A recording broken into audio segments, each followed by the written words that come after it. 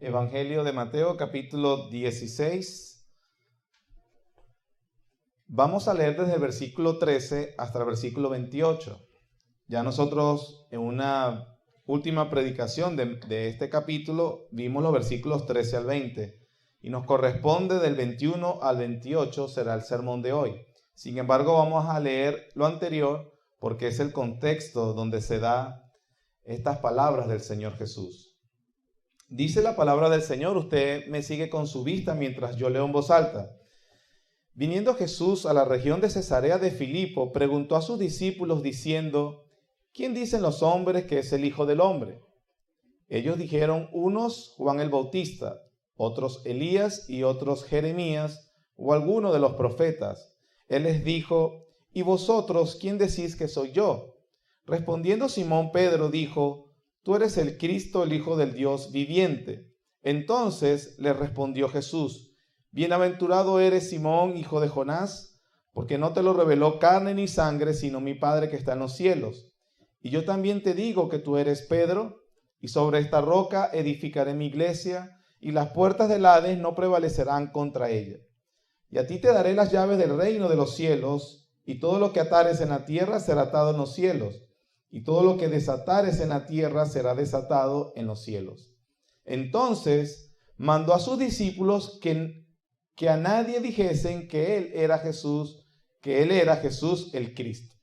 Desde entonces comenzó Jesús a declarar a sus discípulos que le era necesario ir a Jerusalén y padecer mucho de los ancianos, de los principales sacerdotes y de los escribas, y ser muerto y resucitar al tercer día.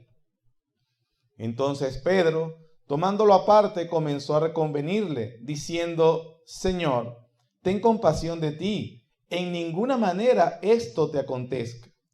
Pero él volviéndose dijo a Pedro, quítate de delante de mí, Satanás, me eres tropiezo, porque no pones la mira en las cosas de Dios, sino en las de los hombres. Entonces Jesús dijo a sus discípulos, si alguno quiere venir en pos de mí, niéguese a sí mismo y tome su cruz y sígame. Porque todo el que quiere salvar su vida, la perderá, y todo el que pierda su vida por causa de mí, la hallará. Porque, ¿qué aprovechará al hombre si ganare todo el mundo y perdiere su alma? ¿O qué recompensa dará al hombre por su alma? Porque el Hijo del Hombre vendrá en la gloria de su Padre con sus ángeles, y entonces pagará a cada uno conforme a sus obras. De cierto os digo que hay algunos de los que están aquí que no gustarán la muerte hasta que hayan visto al Hijo del Hombre viniendo en su reino. Oremos. Señor bendito, a ti te damos las gracias porque nos permites estar en tu presencia, Señor, en este culto de adoración a tu nombre. Has prometido tu presencia entre nosotros y a ti, Señor, queremos agradarte. Continuamos, Señor, adorándote en esta oportunidad a través de la exposición de tu palabra. Te queremos rogar, Señor, que nos ayudes, que tu Espíritu Santo ilumine nuestro entendimiento, Señor.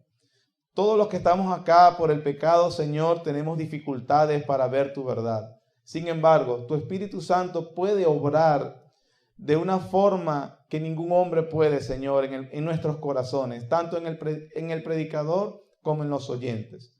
Por eso, Señor, te rogamos tu misericordia hacia nosotros y que nos bendigas según tu santa palabra. En el nombre de Cristo Jesús pedimos esto.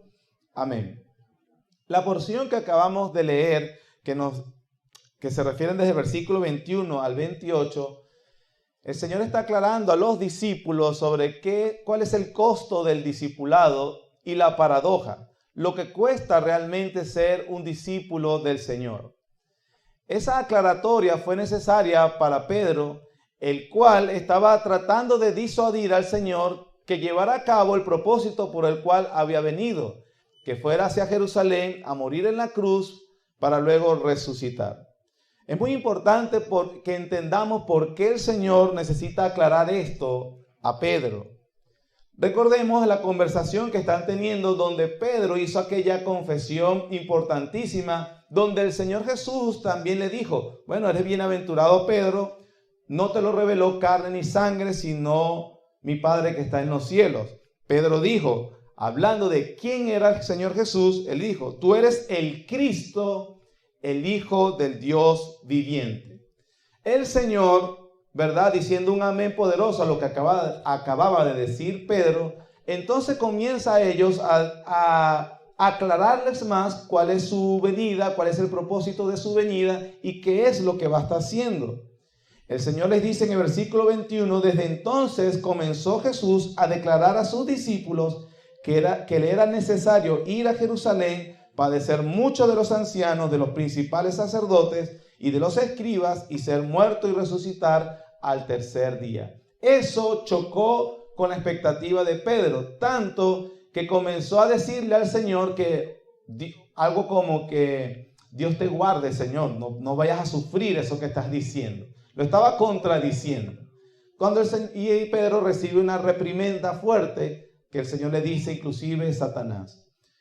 El Señor entonces le aclara a Pedro y le dice al mismo tiempo a los discípulos qué es lo que cuesta ser un seguidor de Él. Y entonces les da estas palabras famosas: si alguno quiere seguir en pos de mí, niéguese a sí mismo, tome su cruz y síganme. ¿Por qué Pedro tiene que ser? Porque el Señor se ve obligado a aclararle a Pedro sobre cuál es la expectativa que él tiene.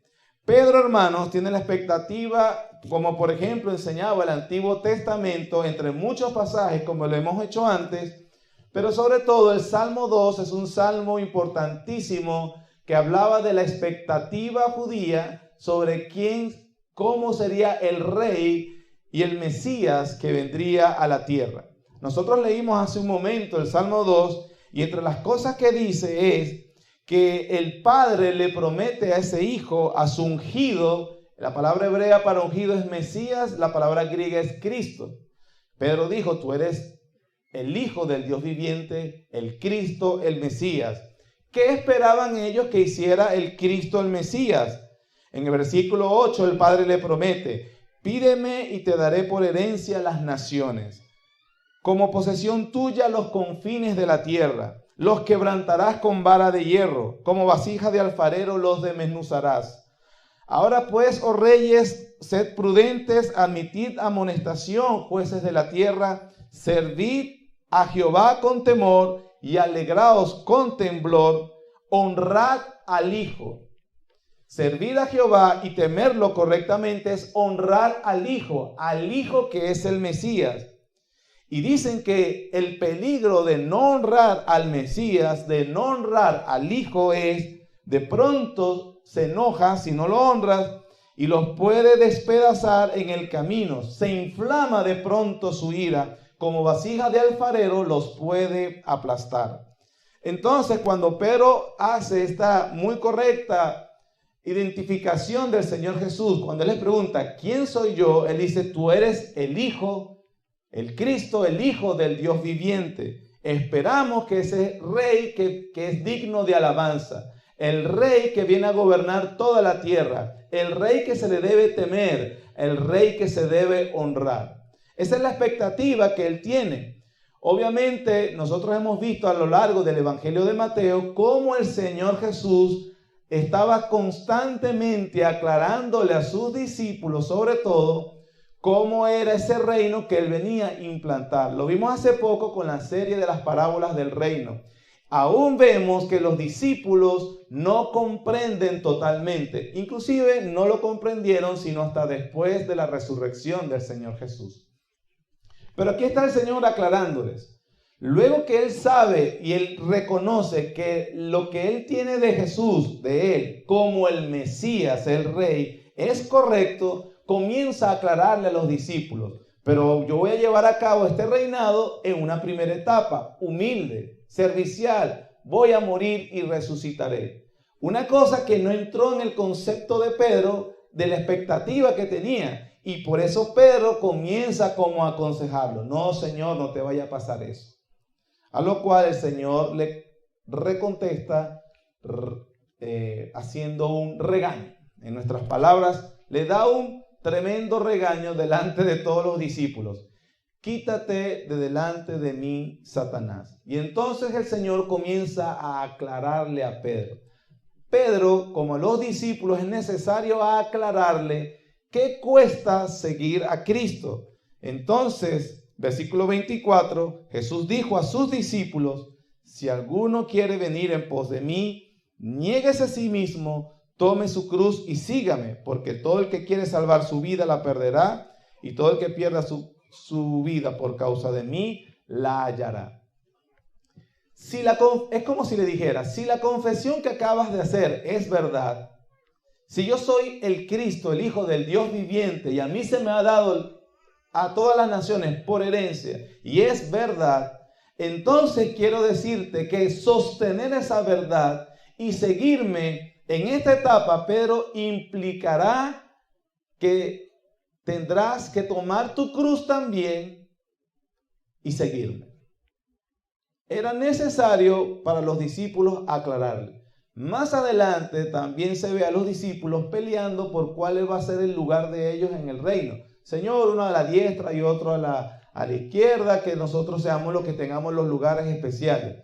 Nuevamente revelaron no comprender la naturaleza del reino en su primera etapa. Y el Señor constantemente les aclaraba: esta es una etapa de servicio, esta es una etapa de humilde servicio, de humillación, de muerte, de persecución. No venimos a repartirnos los cargos en el reinado. Esa aclaratoria a los discípulos para ese momento sigue siendo muy necesaria para la iglesia del siglo XXI. Sobre todo, hermanos, que si antes de continuar hay que hacer una aclaratoria. Muchos evangélicos están confundidos con respecto a este pasaje. Por lo general se dice que este tipo de llamado al autosacrificio, a la autonegación, es para aquellos que están dentro de la iglesia, aquellos que ya son cristianos, aquellos que ya pasaron por la puerta al reino. Entonces, bueno, el Señor tiene distintos grados de servidores y hay algunos entre los ya adentro que se les es llamado a sufrir la autonegación y un servicio perenne. Sin embargo, esos son un llamado para discípulos dentro y no para la gente de afuera. Porque, ¿verdad? ¿Cómo alguien acepta una invitación a entrar a un reino donde se le dice de entrada que se tiene que sacrificar a sí mismo, que busque la autonegación y que no se le ofrece nada bueno, sino más bien la muerte? Eso, en vez de hacer que la gente quiera entrar, los correrá. Por lo tanto, lo que se entiende es, este tipo de llamado al autosacrificio es para los cristianos ya, para los cristianos maduros. Entonces se justifica de esta manera. Recuerden que el Señor está hablando con discípulos. Es una conversación con discípulos. No es a las multitudes que el Señor llama a hacer así. Y eso es lo que dice. Antes de continuar es necesario aclarar que sí es verdad. En este momento que estamos leyendo de Mateo 16, la conversación es con los discípulos y no con la multitud en general. Pero lo que quiero que veamos es que el Señor hizo la misma invitación a las multitudes en general. No lo dejó para los discípulos que ya estaban dentro. Lucas capítulo 14. Lucas capítulo 14. Versículos 25 al 27. Dice la palabra del Señor: grandes multitudes iban con él, con el Señor. Volviéndose les dijo. ¿A quién les dijo? A las multitudes, por supuesto. Versículo 26. Si alguno viene a mí, no aborrece a su padre y madre, y mujer e hijos, y hermanos y hermanas, y aún también su propia vida, no puede ser mi discípulo. Y el que no lleva su cruz y viene en pos de mí, no puede ser mi discípulo. Así que, hermanos, está más que demostrado y evidente que el Señor, este llamado a la autonegación, a tomar la cruz, y que si no estás dispuesto a eso, no puedes ser su discípulo, es un llamado entonces que se hace a los discípulos en general, a los discípulos en particular, pero también a las multitudes en general. Es decir, sea cual sea la audiencia del Señor, les repitió el mismo mensaje. ¿Y cuál es el mensaje? Que si alguien mostraba cierto interés por seguir a Cristo, si alguien tenía cierto interés por entrar en el reino, era algo muy bien, era un deseo noble. Pero es como si el Señor se parara y le dijera, está muy bien que me quieras seguir, pero es necesario que tengas claro algo. La invitación que te estoy haciendo es a la autonegación, a morir a ti mismo, a tomar una cruz.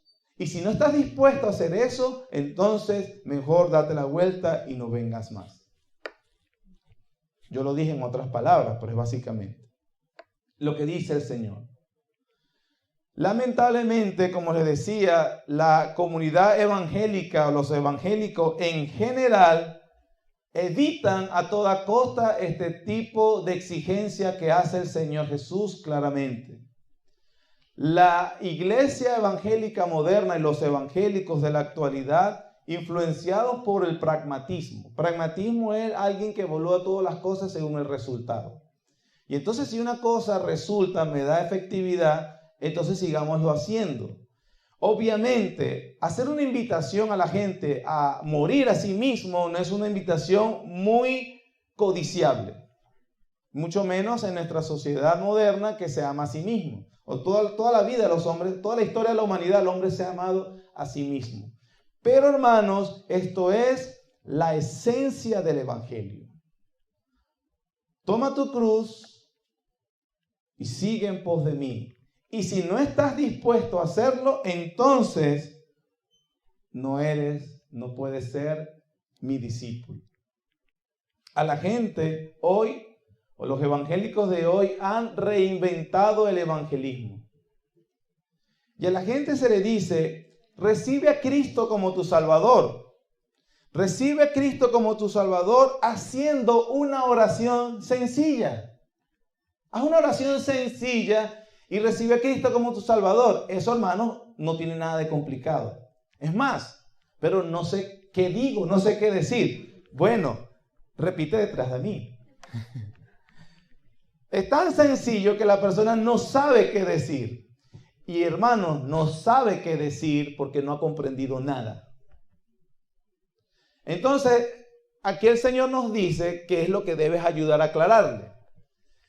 Tienes que ayudar a aclarar que Jesús es el Mesías, el Hijo del Dios viviente, que va a establecer su reino eterno, que a todos sus enemigos los aplastará como aplasta el alfarero las vasijas de barro, que su ira se inflamará de pronto, pero que Él puede venir en arrepentimiento y fe. Cuando entienda esa realidad de la persona de Jesús, entonces si la ha reconocido de verdad, ahora tiene que estar dispuesto a tomar una cruz. Tomar una cruz a la autonegación, morir a sí mismo y entonces que estés dispuesto a perderlo todo, si es necesario, y seguirlo a Él. Si no está dispuesto a hacer eso, entonces no puede entrar al reino de Dios. Eso es lo que dice la Escritura. Lamentablemente la iglesia de hoy separó lo que Dios unió, porque Dios unió la invitación a entrar al reino o el llamado a entrar al reino con el llamado al autosacrificio. Es lo que enseña la Biblia.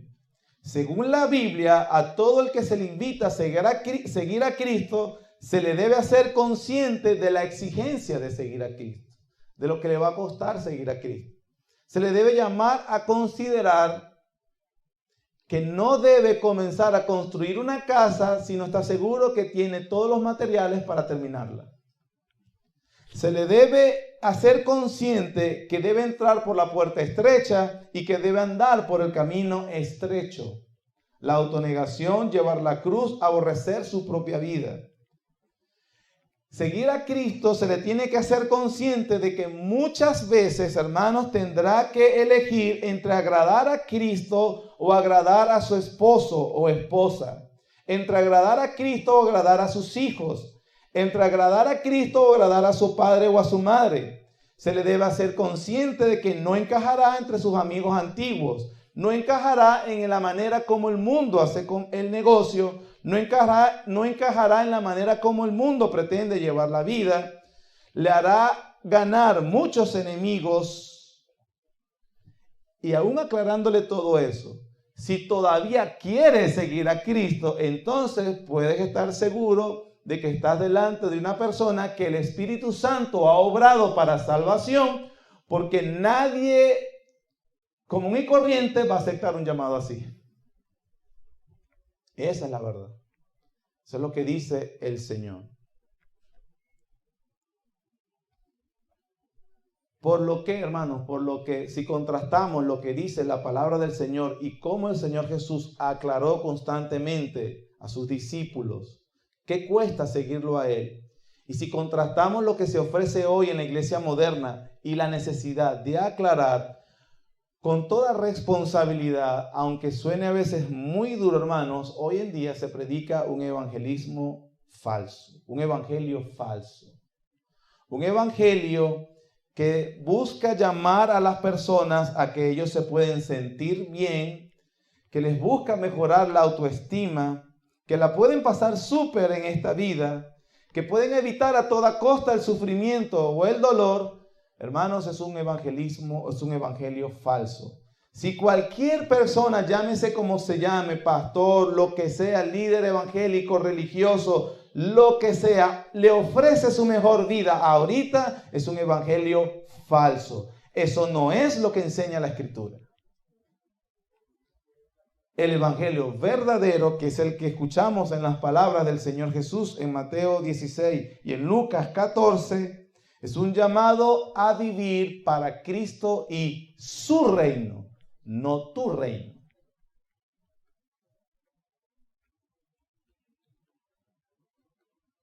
El evangelio verdadero es un llamado a amar a Cristo sobre todas las cosas.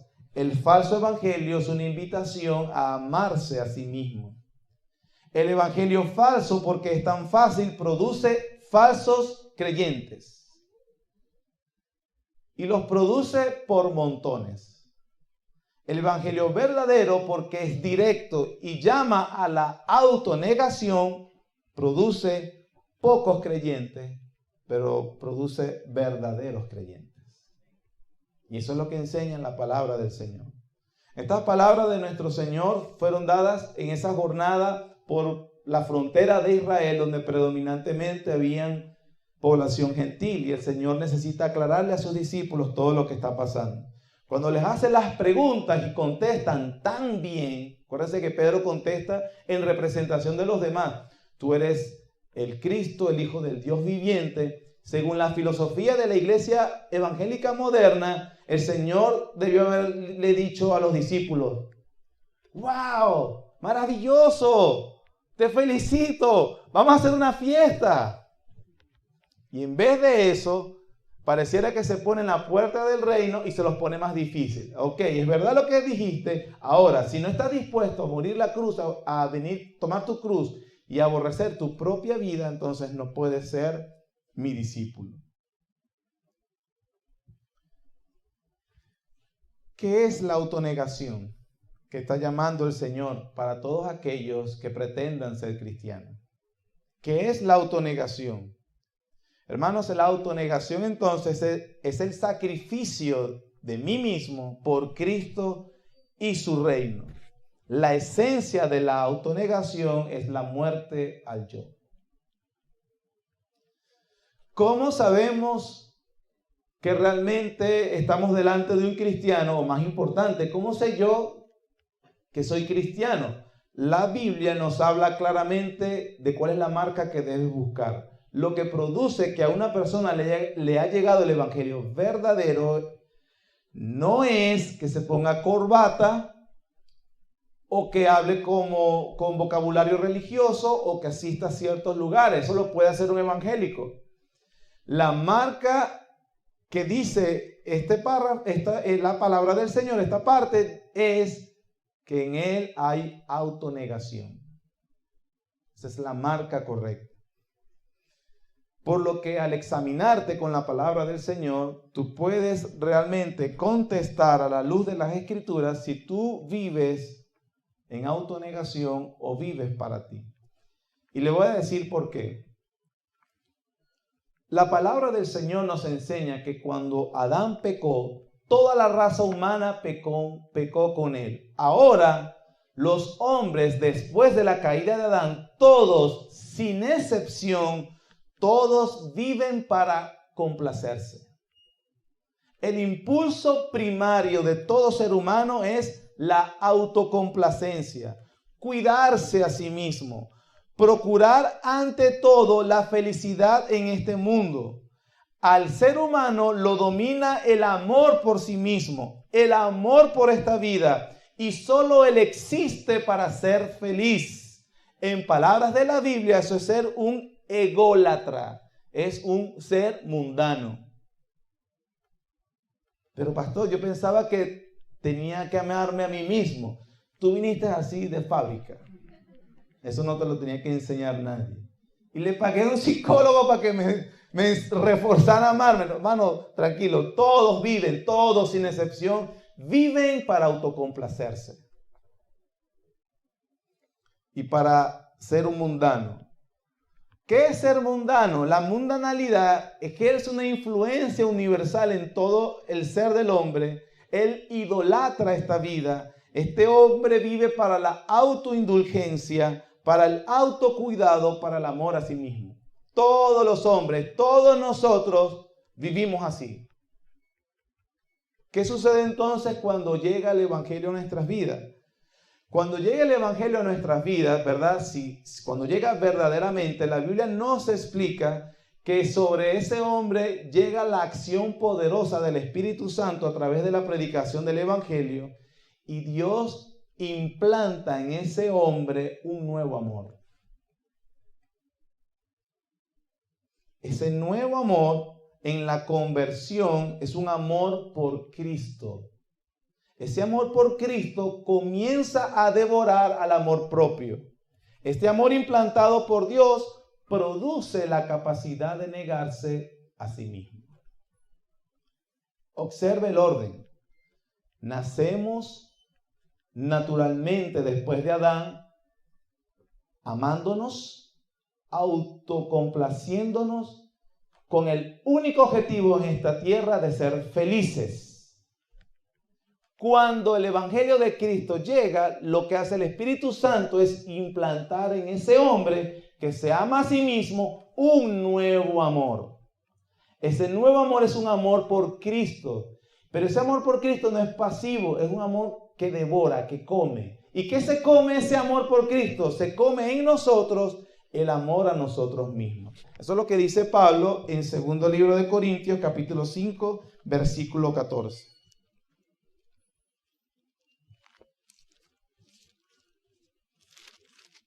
Segunda carta del apóstol Pablo a los Corintios, capítulo 5, versículos 14 al 15. Dice: porque el amor de Cristo nos constriñe, pensando esto, que si uno murió por todos, luego todos murieron. ¿Para qué, Pablo? Versículo 15. Y por todos murió, ¿para qué? Para que los que viven ya no vivan para sí, sino para aquel que murió y resucitó por ellos. Pablo está diciendo que el amor que se le ha implantado a los creyentes es un amor nuevo por Cristo. Dice, nos constriñe. Significa nos presiona, nos aplasta, nos impulsa. ¿Qué hace ese amor nuevo en nuestro ser? Se devora el amor por sí mismo y nos pone a hacer amar a Cristo. Ese amor que implanta el Espíritu Santo da la capacidad para negarnos a nosotros mismos. Este pasaje entonces nos enseña que el amor de Cristo destruye ese amor natural que tenemos por nosotros, el amor propio.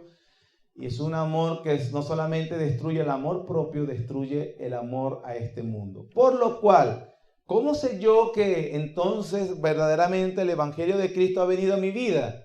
Bueno, si todavía te amas mucho a ti mismo y amas a este mundo, ten por seguro que el Espíritu Santo no ha obrado en tu corazón. Seas miembro de la iglesia IBRB, seas lo que sea. Si todavía te amas a ti mismo tanto, entonces el Evangelio no ha llegado a tu vida. Porque lo que dice la Biblia es que el amor de Cristo devora tu amor propio y de paso te hace amar a Cristo, te hace alejarte cada vez más de este mundo y te da la capacidad para negarte a ti mismo. Es como dice la Biblia, como el ejemplo de la vara de Moisés delante de Faraón. Y entonces Moisés hace que la vara se convierta en serpiente. Los magos de Faraón pueden hacer lo mismo. Entonces es un amor imitador. Imitan el milagro, imitan la señal. Pero entonces la vara de Moisés se devoró la serpiente de los magos de Faraón. Eso es lo que hace el amor de Cristo en nuestro corazón. La autonegación, entonces, lo que está llamando Cristo a sus discípulos o a aclarar quién es su discípulo, es el estado en el que están los creyentes cuando el amor de Cristo entra en sus corazones, devora el amor propio, lo cual que hace que el creyente no sea dominado por el interés de satisfacerse ni de ser feliz en este mundo, sino que es dominado por el interés de agradar a Cristo y de todo lo que haga avanzar el reino de Cristo. Ya no lo domina el interés por sí mismo, sino ahora el interés por Cristo. Y el interés de cualquier cosa que haga que el reino de Cristo avance.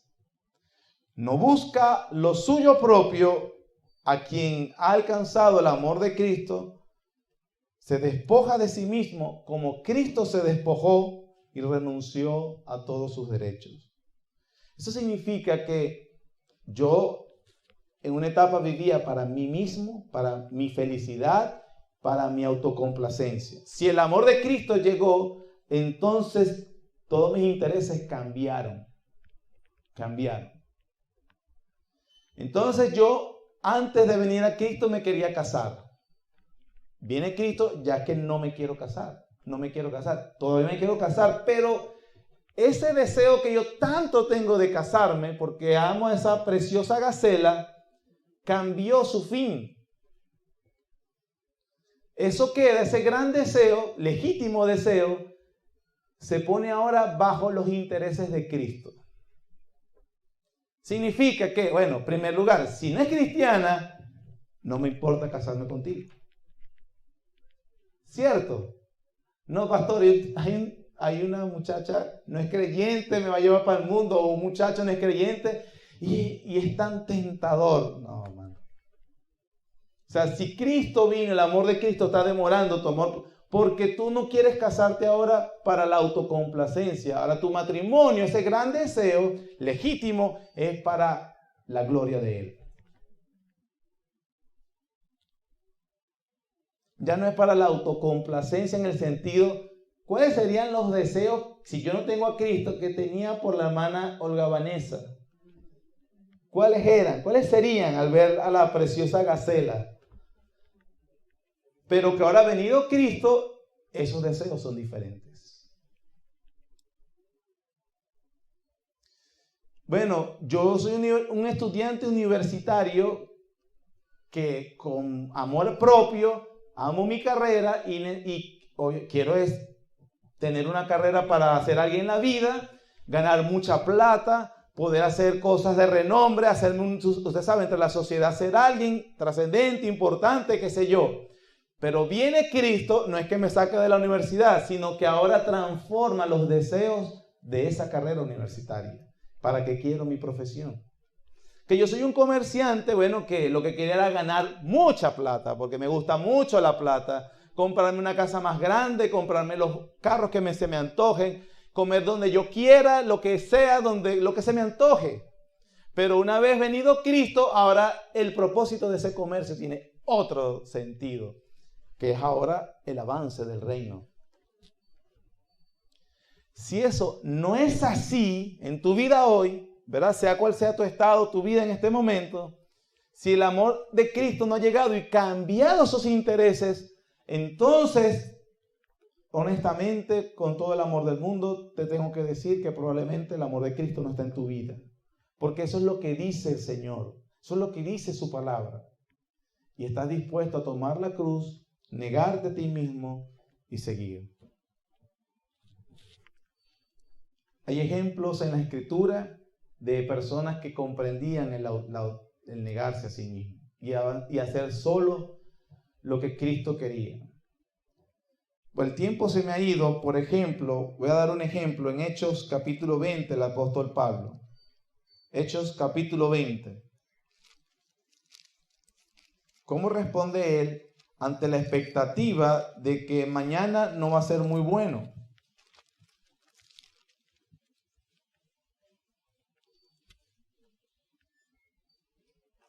Él se está despidiendo de la iglesia de Mileto en Efesios y está así y le dice lo siguiente a la iglesia. Versículo 18, Hechos 20, 18. Cuando vinieron a él, les dijo, está hablando Pablo, vosotros sabéis cómo me he comportado entre vosotros todo el tiempo. Cuidaba su comportamiento. Desde el primer día que entré en Asia, sirviendo al Señor con toda humildad y con muchas lágrimas y pruebas que han venido por las acechanzas de los judíos. Y como nada que fuese útil, he rehuido de anunciaros y enseñaros públicamente y por las casas, testificando a judíos y a gentiles acerca del arrepentimiento para con Dios y de la fe en nuestro Señor Jesucristo. Ese es el ministerio de Pablo. Versículo 22. Ahora, he aquí ligado yo en espíritu, voy a Jerusalén, sin saber lo que allá me ha de acontecer, salvo que el Espíritu Santo por todas las ciudades me da testimonio, diciendo que me esperan, ¿qué, hermanos? Prisiones y tribulaciones. Versículo 24, la autonegación.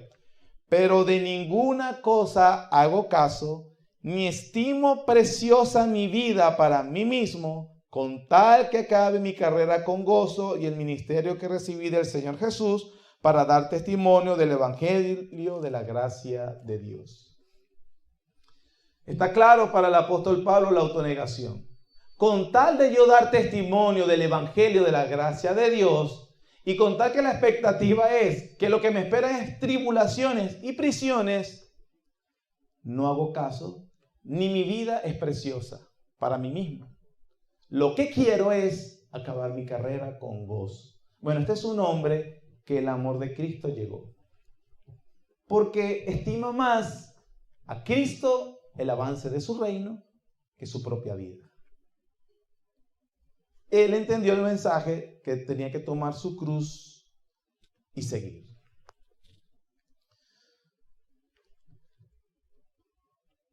Pero, claro, la vida, el ministerio del apóstol Pablo tenía particularidades que probablemente no son las nuestras. No estamos en una condición, pero déjame darte unos ejemplos entonces de cómo reconocer que estás en autonegación.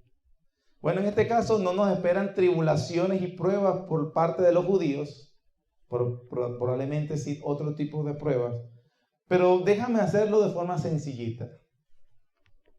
¿Cómo sabes que realmente están en autonegación?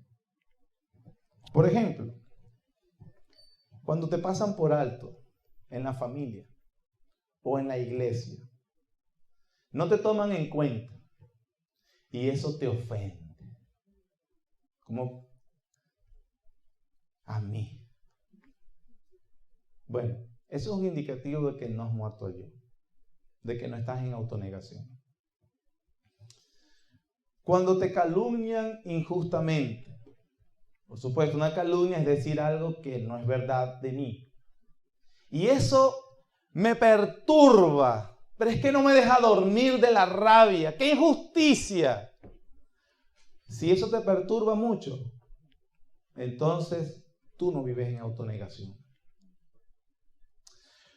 Cuando no te calumnian, sino te hacen la crítica buena, es decir, me estás criticando algo que que está mal en mí, que es verdad, y en vez de agradecértelo, lo que hago es, ay, tú sí eres muy bueno. En vez de reconocerlo, aceptarlo y agradecerlo, lo que hago es replicar. Bueno, eso es una señal de que no vives en autonegación. Cuando estás al lado de una persona molesta, hay personas que son difíciles de soportar, de verdad. O sea, ese sentimiento se siente. Hay algunas personas que realmente no caen bien. Ni la primera, ni la segunda, ni la tercera. Pero entonces tú dices, es que no lo puedo soportar, me voy. Eso es un indicativo que no vives en autonegación.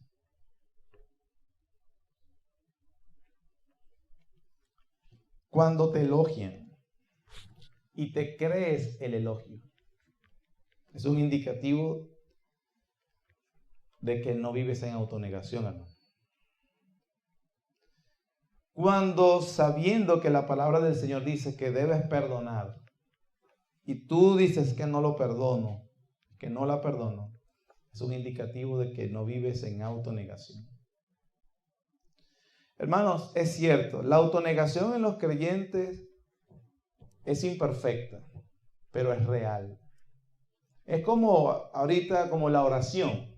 ¿Cuándo yo puedo decir he orado suficiente? Después de 2 horas, después 3 horas, después 5 horas, después de toda una vigilia de una noche, amanecí orando.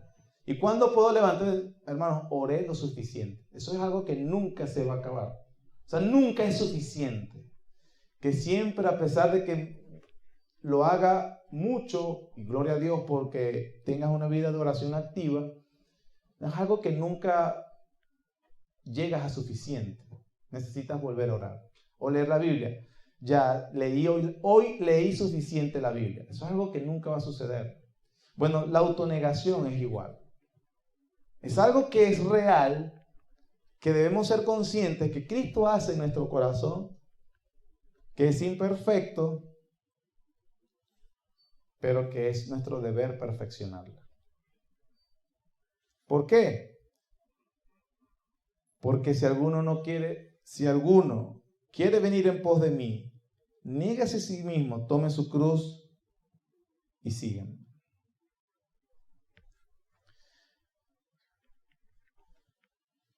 Debo ir terminando, el tiempo se me ha ido, hermanos.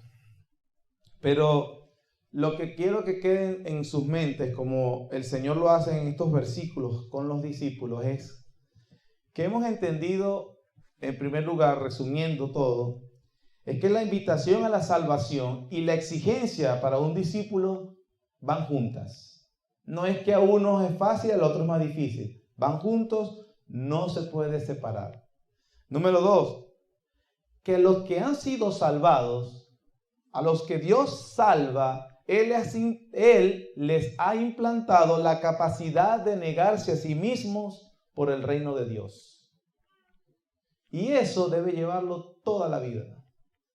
Toda la vida.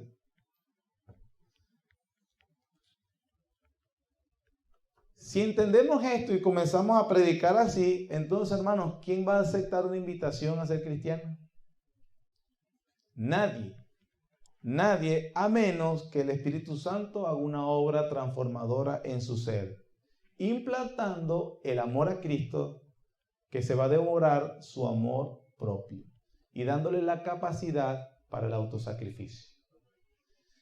Queremos estar con el pueblo de Dios, ¿cierto? Para entrar en el reino de Dios, entonces, no solamente es necesario creer que Jesús es el Mesías, muy bien, pero también tener la disposición de renunciar a todo por amor a Él. Aplicaciones. Para los cristianos, para los que dicen que sí, pastor, se ha implantado la autonegación, pero siendo honesto, me he descuidado últimamente.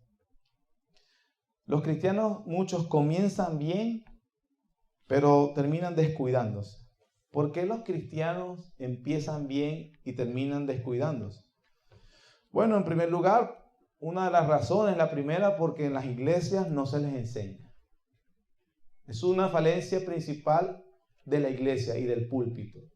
Si el púlpito no recuerda lo que es el evangelio verdadero y llama constantemente a los creyentes a la autonegación, entonces eso hará que los creyentes se alejen de lo que el Señor está pidiendo de ellos. Entonces, en primer lugar, es la iglesia donde están. Y si alguno de los creyentes que están acá sea un miembro de esta iglesia, se ha alejado de vivir como Cristo le pide, una de las causas puede ser el error del púlpito. Lo laxo del púlpito, no se predica correctamente la Escritura. 2, otra causa, porque descuidan los medios de gracia.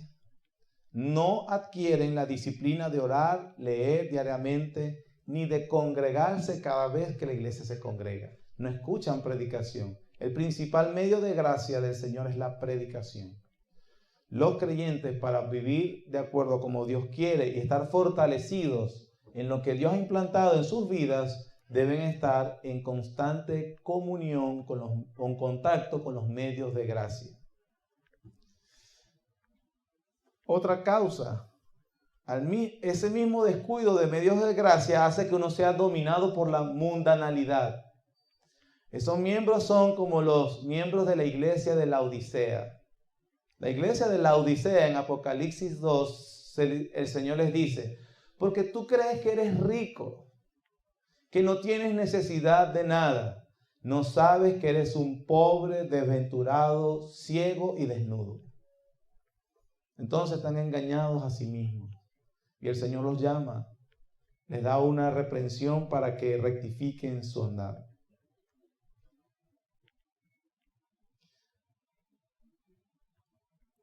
Sin embargo, para los creyentes, hermanos, el Señor nos está recordando que para ser creyentes debemos vivir en autonegación, que debemos tomar nuestra cruz y seguirle y ir en pos de Él, aborrecer nuestra propia vida. Ese es el camino correcto.